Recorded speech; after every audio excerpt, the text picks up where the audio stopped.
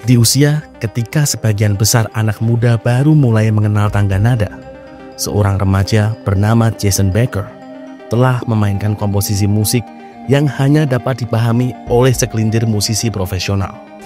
Ia bukan sekedar anak ajaib, ia adalah anomali.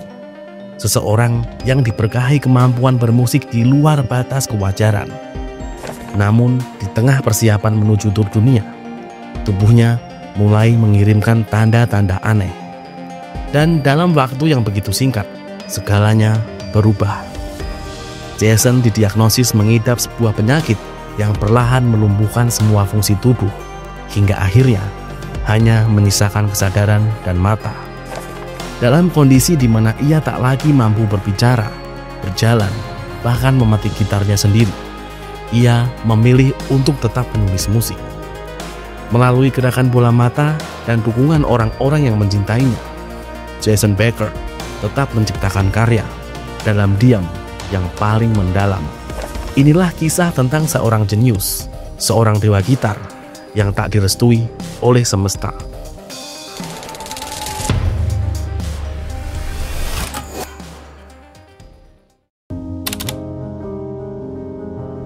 Jason Becker lahir pada 22 Juli 1969 di kota kecil Richmond, California. Ia tumbuh dalam lingkungan keluarga yang penuh seni. Ayahnya seorang penyair dan pemain gitar, sedangkan ibunya adalah seorang seniman. Rumah mereka adalah ruang di mana musik, puisi, dan ekspresi bebas tumbuh tanpa batas. Jason mulai memainkan gitar pada usia 5 tahun. Namun sejak awal, caranya menyentuh instrumen itu bukan seperti anak kecil yang sedang belajar, melainkan seperti seseorang yang sedang memanggil sesuatu dari dimensi yang lebih dalam.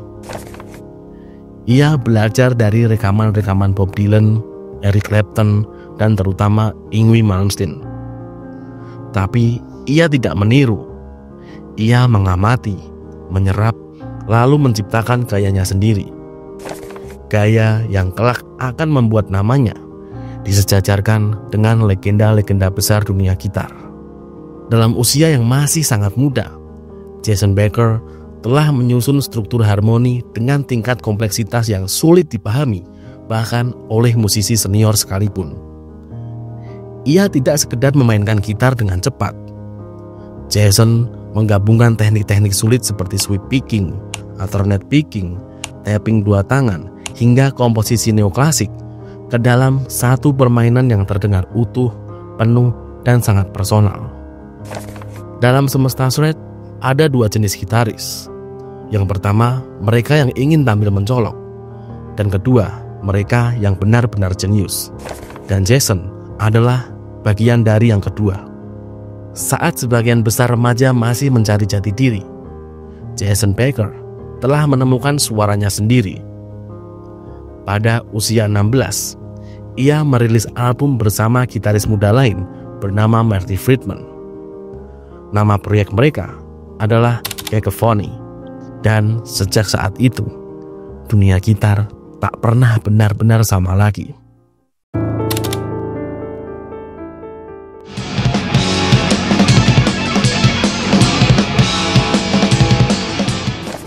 Pada pertengahan 1980-an, semesta gitar sedang mengalami perubahan. Para gitaris tidak hanya ingin memainkan musik yang bagus, namun mereka juga ingin membuktikan siapa yang tercepat, siapa yang paling presisi, dan siapa yang paling pol-polan secara teknik. Dan di tengah euforia itu, dua nama anak muda tiba-tiba muncul dan langsung membuat jagat shredder heboh, yaitu Marty Friedman dan Jason Becker.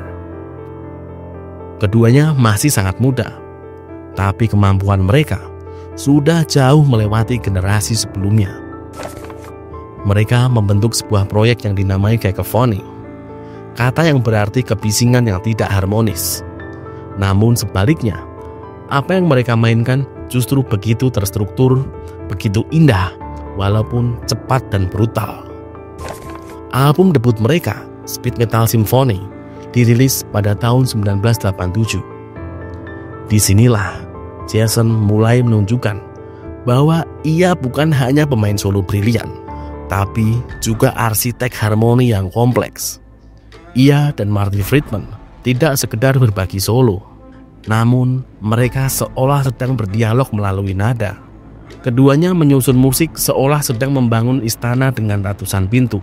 Setiap lagu memiliki belokan, jebakan, dan kejutan, tapi semuanya dibalut dalam struktur yang tak pernah kehilangan arah. Cacophony memang tidak bertahan lama. Setelah mereka merilis album kedua di tahun 1988, duo Shred Genius ini memilih bubar. Tapi pengaruh mereka tidak pernah benar-benar hilang. Mereka bukan band besar secara komersil, tapi dalam dunia gitar, mereka dianggap sebagai pasangan paling berbahaya yang pernah ada.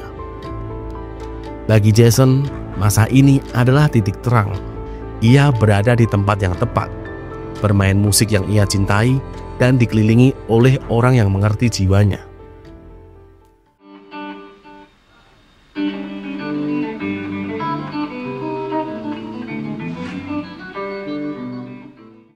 Setelah Cacophony bubar, Jason kemudian melanjutkan karirnya dengan menjadi gitaris solo.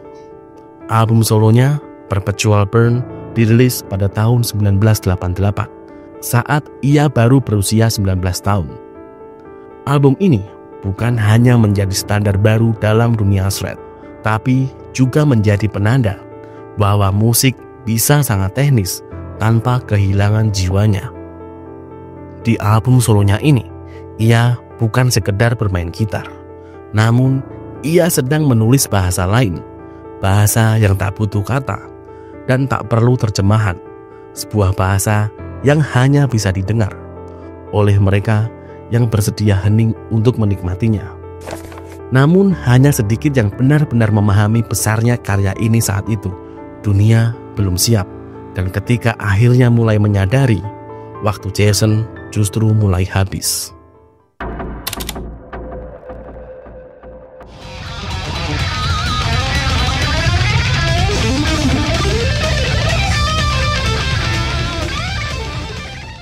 Dalam jagat semesta musik rock, ada nama-nama yang tak hanya dikenal karena lagunya, tapi juga karena karisma mereka. Salah satunya adalah David Lee Roth, mantan vokalis Van Halen, tokoh flamboyan, dan seorang penyanyi dengan energi tak terbendung di atas panggung. Ketika Steve Vai, gitaris utama dalam proyek solo David, memutuskan hengkang, posisi kosong itu menjadi incaran banyak pemain gitar top dunia. Tapi David Lee Roth dengan insting tajamnya justru memilih seseorang yang lebih muda, sangat jauh lebih muda, yaitu Jason Becker. Jason bahkan belum genap 21 tahun saat itu. Tapi kemampuannya membuat David Lee Roth yakin bahwa dialah orang yang bisa meneruskan jejak Eddie Van Halen dan Steve Vai, dua legenda yang sangat sulit digantikan. Saat itulah Jason mulai merekam gitar untuk album David Lee Roth yang berjudul A Little and Enough. Ia bekerja di studio besar, didampingi tim produksi profesional, dan mulai memasuki dunia yang selama ini hanya bisa ia bayangkan dari kejauhan. Album itu sukses secara musikal. Jason memberikan sentuhan yang tidak hanya teknikal, tapi juga matang secara emosi. Ia menunjukkan bahwa dirinya bukan sekedar gitaris cepat, namun ia adalah komposer sejati. Semua sudah siap, album dirilis, tur dunia pun dirancang. Jason akan naik panggung di hadapan puluhan ribu orang. Sebuah kehidupan yang menjadi mimpi bagi jutaan gitaris akhirnya ada di genggamannya. Namun di tengah semua kemewahan dan pencapaian itu, Jason mulai merasa ada yang tidak beres. Tiba-tiba kakinya sulit digerakkan dan tangannya terasa kaku. Ia berpikir itu hanya kelelahan, tapi tubuhnya tahu ini lebih dari sekedar lelah. Sebuah diagnosa yang akan membungkam semua impian sedang menunggu di tikungan waktu.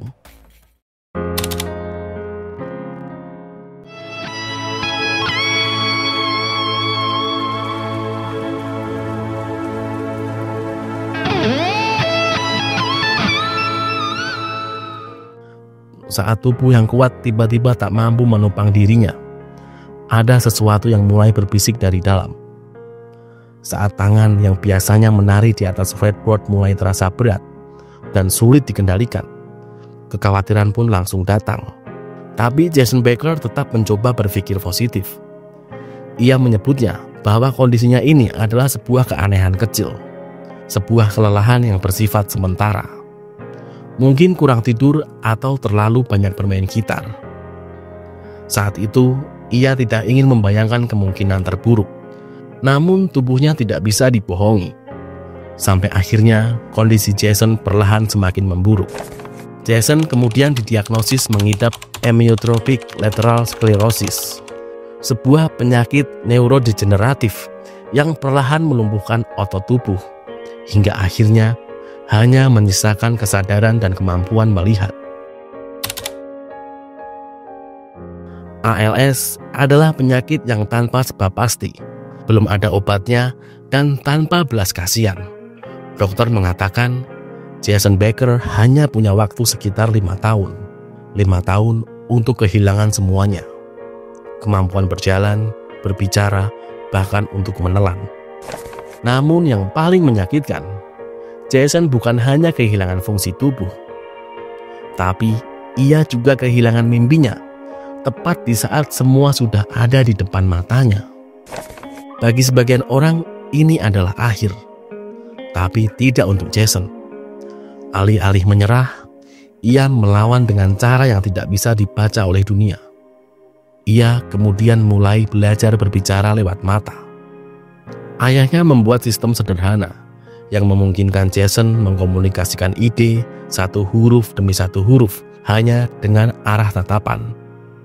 Dari situ, ia menulis lagu, menyusun harmoni dan menciptakan album dalam keadaan lumpuh total. Dan dari semua bagian tubuh yang tidak bisa lagi bergerak, matanya tetap menyala. Jason tidak hanya bertahan, namun ia juga tetap mencipta sebuah karya. Ia menjadikan sisa hidupnya sebagai ruang untuk menciptakan keajaiban yang tidak bisa diukur dengan jemari. Dengan bantuan teknologi, keluarga, dan para musisi yang percaya padanya, Jason Becker menyusun album, mengarahkan pemain, bahkan menentukan tempo dan dinamikanya hanya dengan tatapan. Ia tidak bisa mendengar dengan telinga seperti dulu, tidak bisa merasakan getaran senar di jemarinya, tapi di dalam pikirannya, musik tetap hidup.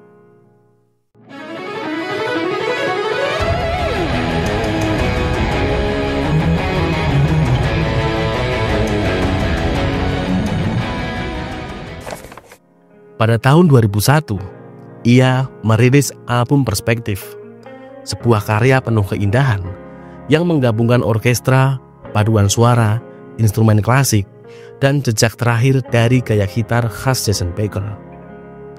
Karya itu tidak hanya menjadi bukti bahwa Jason masih hidup, tapi juga menunjukkan bahwa ia masih berkembang sebagai seniman.